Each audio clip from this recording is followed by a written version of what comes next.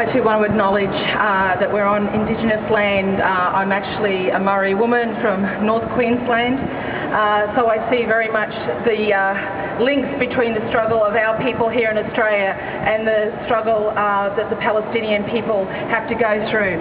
As we know, over the last 3 weeks we've seen an absolute atrocity taking place in the Gaza Strip on the back of a 2-year siege which has seen medical equipment, medical supplies, food, fuel, everything else restricted. We have now seen a 3-week bombing campaign which has resulted in the death of almost 1,500 people, 90% of them who are civilians, a third who are children and women, plus obviously hundreds of civilian men as well. It's been an atrocious situation. Going to take this down, it's a bit easier for me. Atrocious situation that is happening, and basically, as we know, this also comes on the back of a 41-year-old occupation both in the Gaza, the West Bank and East Jerusalem, and also the dispossession of the Palestinian people in 1948 with the Al-Nakba and the establishment of the Israeli state. So this is a horrendous situation. I'm sure most of you who have all been following what happened in Gaza, and I know for myself, involved in the Palestine Solidarity campaign in Melbourne. We've been conducting rallies like you have been here. We've been coming out on the streets. We've had 3,000, 6,000 people out at the streets on different times, which has been absolutely fantastic to see. And we've seen so many people come out. And the question we keep getting asked all the time is, what can we do? What can we do? How can we stop these atrocities happening? And of course, we now have the so-called fake ceasefire that's happening. Well, really, this isn't a ceasefire. It's just a lowering of the intensity of the attacks on the Palestinian people in Gaza. And we shouldn't also forget that the occupation continues in the West Bank. But even in the last couple of days, for example, Israeli naval ships have opened fire on the people of Gaza from nearby offshore, killing at least 7 people, including children, as they fired artillery into the Gaza Strip.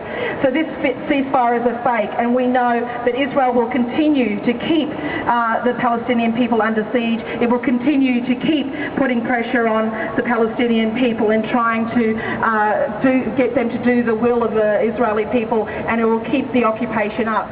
So we need to build a campaign that is a solid campaign that actually keeps going to build support for the Palestinian people, not just coming out when these atrocities happen, the big atrocities, but every single day we need to be able to do something that's going to build a campaign. And the campaign that has started to gain momentum, which I think is something all of us need to get on board with, is the boycott, divestment and sanctions campaign. This campaign began in 2005 when across Palestinian civil society, 170 organisations representing the political, cultural and social and economic bases of Palestinian society put out a united call for BDS, for boycott, divestment and sanctions. And this campaign has started to have effect already. We know in South Africa the BDS campaign had a huge effect in helping to bring the end to the apartheid regime. And we have to have faith and understand, not just have faith, we have to have take the historical example that we saw in South Africa and see that this will actually do the same here for Palestine.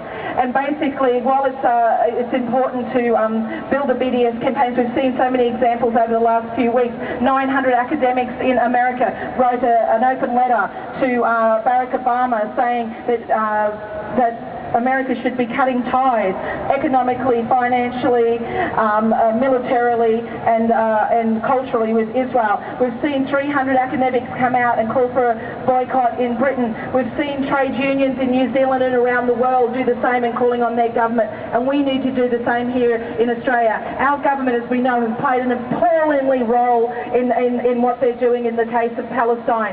In the last couple of years, they've come out outright in support of Israel and have done little in support of the Palestinian people. We saw last year Kevin Rudd, the new Prime Minister of Australia, come out and support emotions in support of the Israeli state. And this year, we've seen, just before he was elected, he actually said something that support for Israel is in his DNA. Well, I think we have to say, no, support for Israel is not in your DNA. Support for the underprivileged people, support for the poor, support for the oppressed, support for the occupied is what should be in your DNA, because that is what the people of the world are saying. Thousands and thousands and thousands of people have come out on the street in the last few weeks.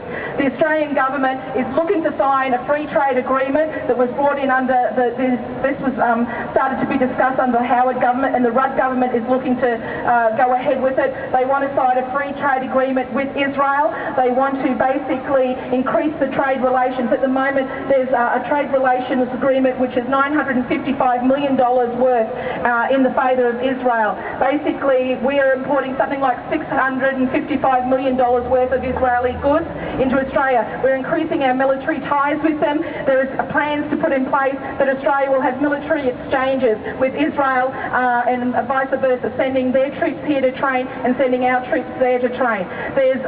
We are increasingly taking on many of the Israeli security firms and using their products, and we're also producing products that are being used in the occupied territories against the Palestinian people. So we need to be part of the boycott and divestment and sanctions campaign. As individuals, we can boycott Israel. We can look for the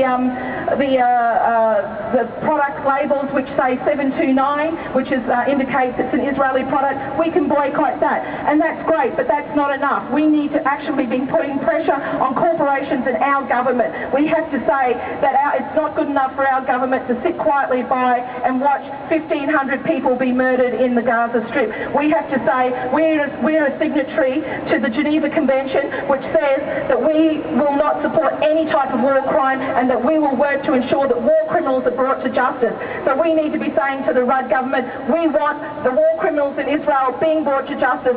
We want Australia to break all ties. We need to build a campaign to do this, to say no support for Israel, Israeli troops out of Palestine, and to end the occupation now. Free Palestine, justice for the Palestinian people. Thank you.